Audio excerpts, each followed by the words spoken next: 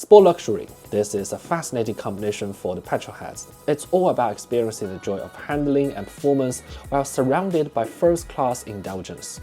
And actually, sport luxury brand is something very unique in the car realm.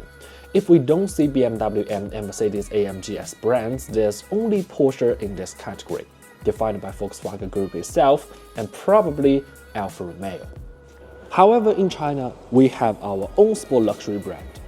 Well, had probably. Yeah, yeah, yeah. Yeah. Better off. This is a HiPhi Y, the third model from the company. You can tell from the lights and doors that this one wants to stand out. But surprisingly, HiPhi actually toned down the spaceshipness this time.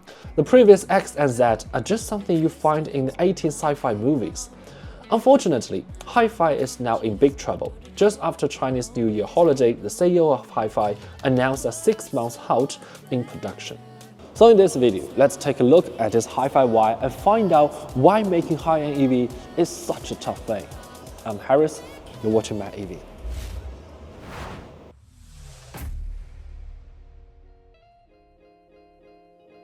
This is their first car, the HiPhi X, an EV that's straight out of the science fiction and really hard to define what it really is. It's not quite an SUV because it's too low, not an MPV because it's too thin, and calling it a saloon just doesn't seem fit. I think the closest definition would probably be the production version of the Faraday FF91. And just like the FF91, it's also a very cool ride. The projector headlights you see in Audi's presentations was already on this X back in 2021. The suicide doors, which only Rolls-Royce has the confidence to use, were still put into production by HiPhi. Plus, maybe to match the flamboyant appeal of the Model X, it even comes with a set of gold wing, just like the Mercedes 300 SL. Well, I'm not really into this kind of design, and yeah, people have been saying that HiPhi's design are a bit too out there. It's understandable when they go all out on their first car, but for the second one, it would be nice if they tone it down a bit. And you know what? They actually did. Sort of. This is their second car, the HiPhi Z. Indeed, they did get rid of the gold wing, and that's it. The suicide doors are still there. The projector headlights have even been upgraded with more features, and the overall design has become even cooler and more futuristic. Matt Watson from Carwell once called it the cyberpunk Nissan GTR. Well, I don't think so. I think it should be the GTR 50. And this car isn't just about the looks. Even though it shares the same chassis as the HiPhi X, with a lower center of gravity and brand new tuning, the HiPhi Z's handling was more sport-oriented. According to many owners and car journalists, it even stepped into the territory of Porsche Panamera. And that plus side carries over to this HiPhi Y as well.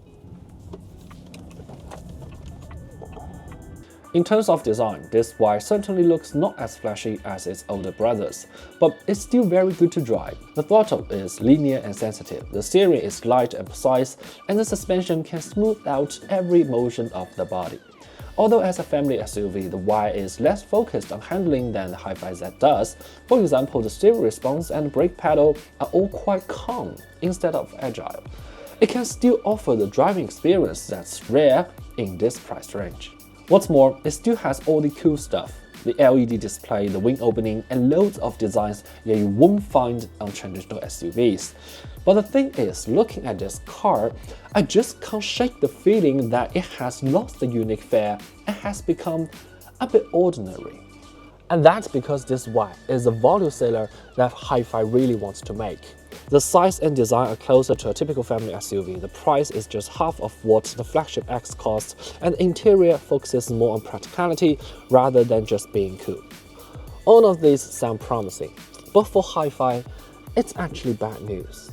The real highlight of HiPhi is no doubt the over-the-top design and generous offering, which made the car more of a show-off ride for the rich.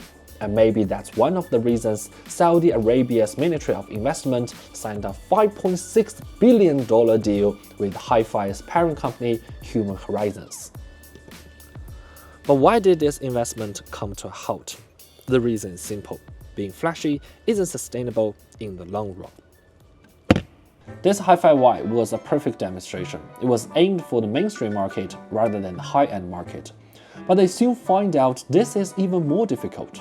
Indeed, this car provides a breath of fresh air with unconventional doors and lights, but it lacks the most crucial and costly aspect of a smart EV, the fundamental smart tech.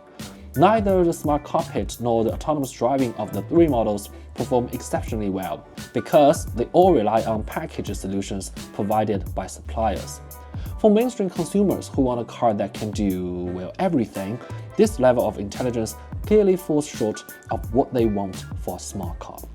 Actually, HiPhi does have a lot of smart technologies, and they apply for tons of patents.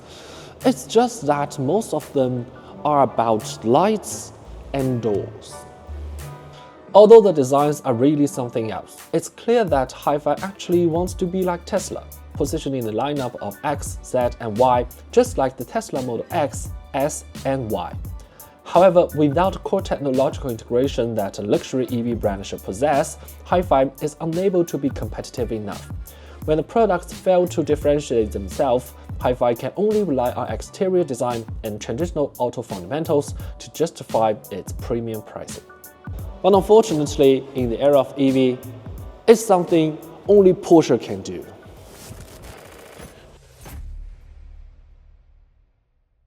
After testing this HiPhi Y, I think it's such a pity that a company putting so much effort into the products are struggling to survive. The chassis is excellent, the materials are high quality, and the fabulous designs are executed with precision. It's just unfortunate that HiPhi has chosen to ignore the most crucial aspect of EV, and in the end, the market has shown that, despite the efforts, they have missed the target. And the Chinese EV market has also proven another thing. Whether it's legacy auto or new player, they will find no shortcut building high-end EVs.